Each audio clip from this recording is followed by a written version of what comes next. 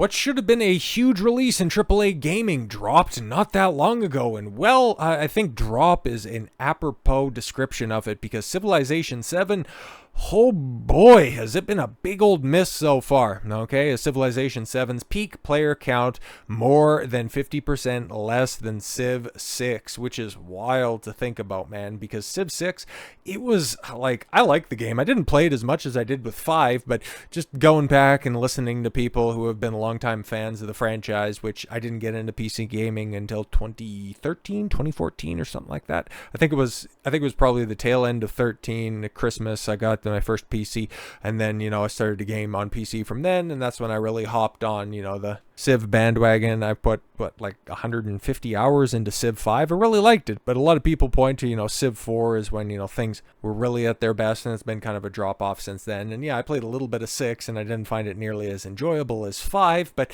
apparently people really aren't enjoying 7, and well, this article was written when Civ 7 was still in early access, and well, it's not great. Firaxis's latest Civilization installment, which released at the beginning of the week, beginning of February, by the way, currently has an all-time peak player count of more than 50% less than Civ 6. SteamDB reports that Civ 6 hit an all-time peak player count of 162,657. And yeah, they ain't bullshitting on this one. And even at the time of recording, 36,000 people are still playing the game. And over this past weekend, 51,000 people were playing it, which, yeah, if I wasn't so busy and tied up, well, I wouldn't have played it, but, I could have contributed to that because I'm not buying 7 so far. Okay, as of writing, Civ 7 currently has an all-time peak player count of 74,503. It is likely that the game will see that number go up, especially when the weekend rolls around. And well, thankfully,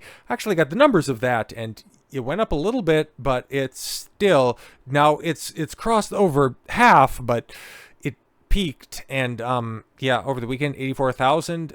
Bro, it's a dud. That's like, there's no other way to put this. It's a total dud. Nevertheless, yeah, day after release, the peak of 54% less than Civ 6, which, yeah, now at this point in time, what is that, 45% drop off? Not good. Not good. Not only are the game's peak numbers down compared to previous installments, but the game currently has mixed reviews, which, yeah, it, again, hasn't really improved all that much, and in fact, compared to that screenshot, has gone down, which is not good. Currently reports, SteamDB currently reports a game receiving 52.4, and my updated numbers 51.59, so not great.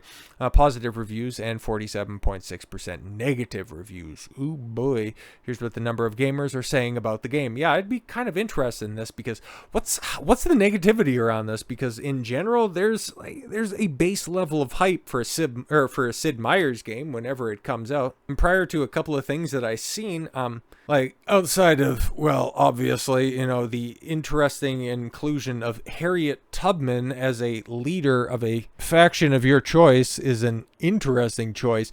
I don't necessarily think that would put me off of the game. Like, it's funny to meme on, and it's a interesting proposition to make. It's just, I don't really know why that would drive off so many people that would support the game. To begin with, Jordan Hogg wrote, I've been a Civilization fan since the original Civ. Okay, I couldn't wait to play 7. Unfortunately, I'm deeply disappointed. The developers clearly poured their hearts into the graphics, but all the detail ironically turns the game into a confusing mess. Yeah, that was the thing with 6. Like, it's like, the art style is definitely more in the cartoony direction. It actually doesn't look too dissimilar from this screenshot right here. Okay, like, it doesn't really look like 7's that much of an update, but that was a lot from the Civ Puritans, okay? The purists were pointing out how dumbed down 6 was from 5, and 5 was also a step back from 4. I'm sure there were probably people also complaining that 4 was, derivative of 3, and, so on and so on. Doesn't matter that they skipped out on the UI, no handy map or tables to guide you, no alerts what's happening to your cities. Oh, that's unforgivable. You can't even tell at a glance what you're building. Yeah, that's bad. That's really bad. He continued, Civilization was always about crafting your strategy, both in details and the big picture. Exactly. That magic is completely gone. Okay, instead we're left with what many reviewers rightly call the game that should have been released in this state, especially not to diehard fans. It shouldn't have been released, okay? Only my love for Civilization stops me from calling it worthless. The religion and trade system has been stripped to the bone. Really? The game's depth seems to have shifted, but to where exactly? I'm honestly at a loss. Once again, I'm thoroughly disappointed and would advise potential buyers to wait about 6 months before taking the plunge. Yeah, that's a one reliable thing about Civ games, and yeah, like I said, when I hopped in 2013, end of 2013, 2014, and got Civ 5, I got, I think, all of the expansion packs, and these games deeply go on discount very regularly, and especially around the time when they release, expansion packs. So yeah, see if the game rebounds by then, but okay, cool, here's another one. After 24 hours of gameplay, as you can see right there, okay, I have seen enough. Too many basic features are missing and so much more. I might come back in a few years. DGP returned the game and wrote, at my age, money is not an issue. If a game is good, then they can charge whatever they want, in my opinion. Went into it hoping to put in hundreds of hours first week. What a disappointment. With over 3,000 hours in 6, it took me 110 minutes to see that Civ 7 is a desperate cash grab scheme for an alpha product with no prior testing.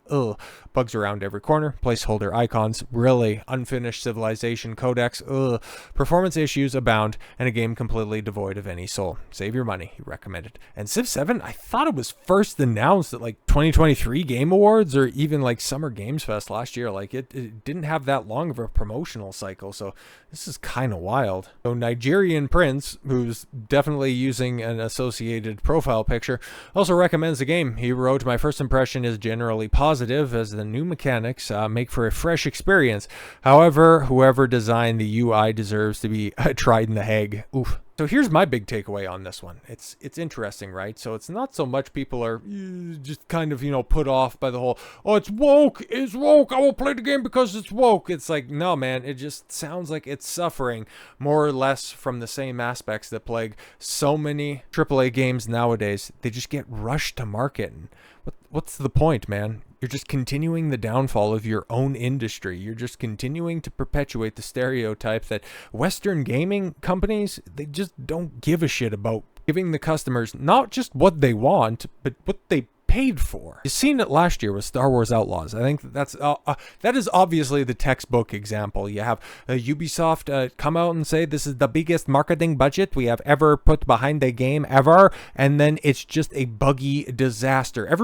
Everybody was already off put. Actually, it's a pretty good example here, a pretty good comparison between Civ 7 and Star Wars Outlaws, because you're already seeing old block-headed KVS that was out there, and it's, you had the one crowd that's, oh my god, they're making women ugly, and it's well, the game's probably going to suck because it's another bland, pathetic brunette protagonist in a Star Wars game, or in a Star Wars property. Stop me if you've heard this before. Oh, and she has a cute droid. Oh, wow, imagine that. This is going to be so exciting, so revolutionary. And what ends up happening? The game is a buggy disaster.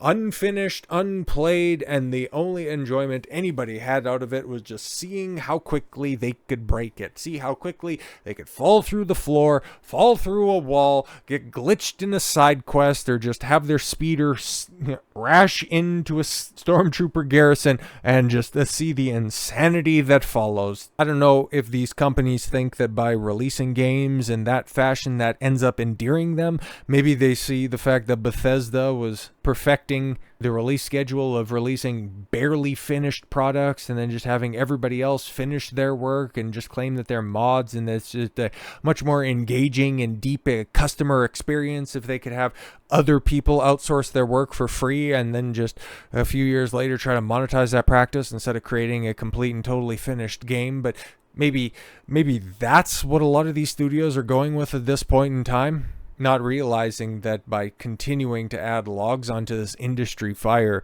you guys are just burning any goodwill that is left. So even if there is a AAA game that comes out that is complete, that is a fantastic, that is 100+ hours long, is a complete and total story, has excellent characters, a fantastically deep and rich battle progression system, is filled to the brim with side quests, engaging side quests, and fun mini games. I'm not talking about anything in particular that also might have a 7 in its name. No, of course not. No, but it'll just end up getting paint with a brush that whatever anybody who wants to denigrate a very deserving industry with, it ends up getting thrown out like a baby with the bathwater. The AAA industry is, oh boy, it's going to be fighting an uphill battle.